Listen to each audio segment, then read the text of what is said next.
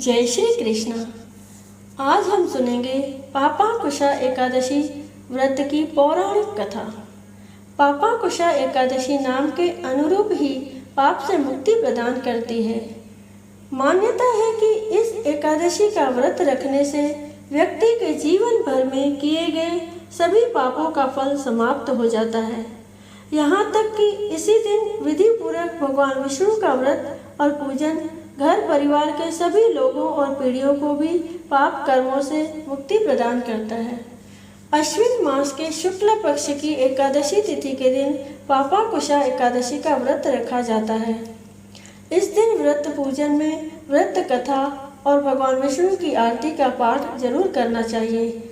आइए सुनते हैं एकादशी व्रत कथा। धर्मराज युधिष्ठिर कहने लगे कि हे भगवान, अश्विन शुक्ल एकादशी का क्या नाम है? अब आप कृपा करके इसकी विधि तथा फल कहिए। भगवान श्री कृष्ण कहने लगे कि हे युधिष्ठिर, पापों का नाश करने वाली इस एकादशी का नाम पापांकुशा एकादशी है। हे राजन, इस दिन मनुष्य को विधि पूर्वक भगवान पद्मनाभ की पूजा करनी चाहिए। यह एकादशी मनुष्य को मनवांछित फल देकर स्वर्ग को प्राप्त कराने वाली है। मनुष्य को बहुत दिनों तक कठोर तपस्या से जो फल मिलता है, वह फल भगवान गरुड़ ध्वज को नमस्कार करने से प्राप्त हो जाता है। जो मनुष्य अज्ञानवश अनेक पाप करते हैं परंतु हरि को नमस्कार करते हैं, वे नरक में नहीं जाते। विष्णु के नाम के कीर्तन मात्र से संसार के सब तीर्थों के पुण्य का फल मिल जाता है। जो मनुष्य शार्क धनुषधारी भगवान विष्णु की शरण में जाते हैं, उन्हें कभी भी यम यातना भोगनी नहीं पड़ती। जो मनुष्य वैष्णव होकर शिव की और शैव होकर विष्णु की निंदा करते हैं, वे अवश्य नरकवासी होते हैं। सहस्त्रों वाजपेय और अश्वमेघ यज्ञों से जो फल प्राप्त होता है, वह एकादशी के व्रत के 16वें भाग के बराबर भी नहीं होता है। संसार में एकादशी के बराबर कोई पुण्य नहीं, इसके बराबर पवित्र तीनों लोकों में कुछ भी नहीं। इस एकादशी के बराबर कोई व्रत नहीं।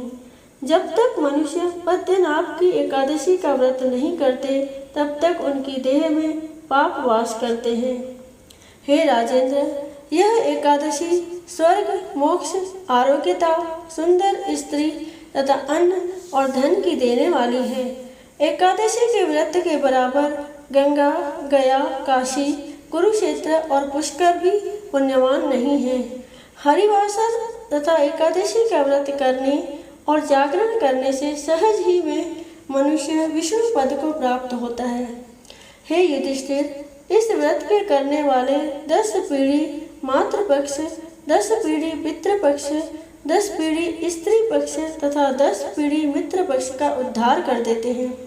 वे दिव्य देह धारण कर चतुर्भुज रूप हो, पीतांबर पहने और हाथ में माला लेकर गरुड़ पर चढ़कर विष्णु लोक को जाते हैं।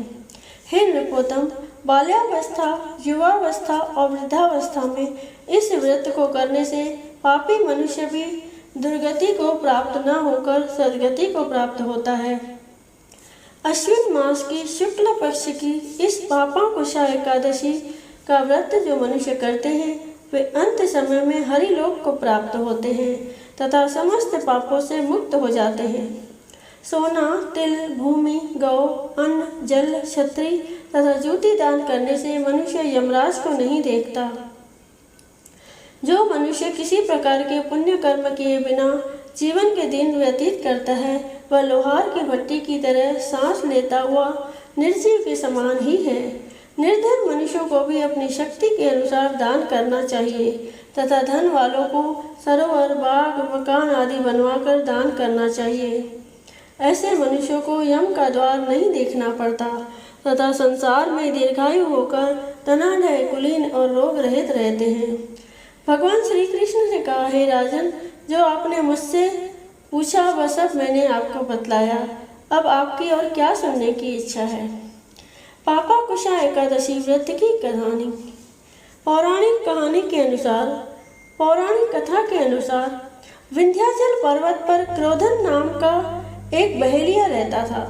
वह बड़ा क्रूर और हिंसक था।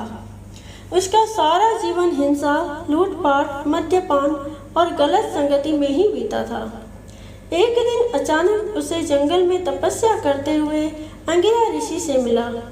उसने अंगिरा ऋषि से कहा, मेरा कर्म बहेलिया का है, इस कारण मुझे न जाने कितने ही निरीह पशु पक्षियों को मारना पड़ा है। मैंने जीवन भर पाप कर्म ही किए हैं, इसलिए मुझे नरक ही जाना पड़ेगा। कृपा कर मुझे कोई ऐसा उपाय बताएं जिससे मेरे सारे पाप मिट जाएं और मोक्ष की प्राप्ति हो। उसके निवेदन पर महर्षि अंगिरा ने उसे अश्विन शुक्ल की पापाकुशा एकादशी का विधि पूर्वक व्रत करने को कहा। महर्षि अंगिरा के कहे अनुसार उस बहेलिये ने पापाकुशा एकादशी का व्रत किया। अश्विन माह के शुक्ल पक्ष की एकादशी के दिन पापाकुशा एकादशी का व्रत रखा जाता है। बहेलिये ने विधि पूर्वक इस दिन भगवान विष्णु का पूजन किया। बहेलिये ने विधि पूर्वक इस दिन भगवान विष्णु का पूजन किया और व्रत रखा। भगवान विष्णु की कृपा से बहेलिये को सारे पापों से छुटकारा मिल गया। मृत्यु के बाद जब यमदूत बहेलिये को यमलोक लेने के लिए आए तो वे चमत्कार देखकर हैरान हो गया। पापाकुशा एकादशी के प्रताप के कारण बहेलिये के सभी पाप मिट चुके थे। यमदूत को खाली हाथ यमलोक जाना पड़ा। बहेलिया भगवान विष्णु की कृपा से वैकुंठ लोक को गया। बोलो श्री कृष्ण भगवान की जय।